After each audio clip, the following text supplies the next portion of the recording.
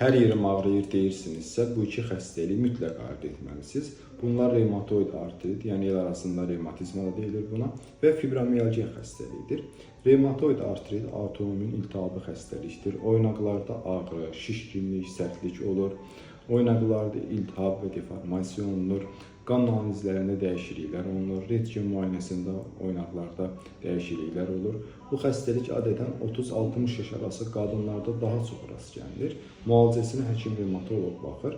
Burada əsasən qeyri-steroid və steroid iltihab əleyhinə dərmanlardan istifadə olunur. Fibromiyalgiya xəstəliyi isə sinir sistemi ilə bağlı olan bir xəstəlikdir. Bu ümumi bədən ağrısı, yorğunluq, yuxusuzluqla büruzə verir. Oynaqlarda hər hansı bir iltihabi proses olmur, deformasiyalar olmur, qan analizləri təmiz çıxır, rentgen müayinələri təmiz çıxır.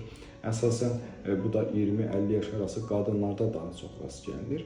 Etiologiyasında stres mühüm rol oynayır. Müalicəsi həkim-psixiatr tərəfindən aparılır.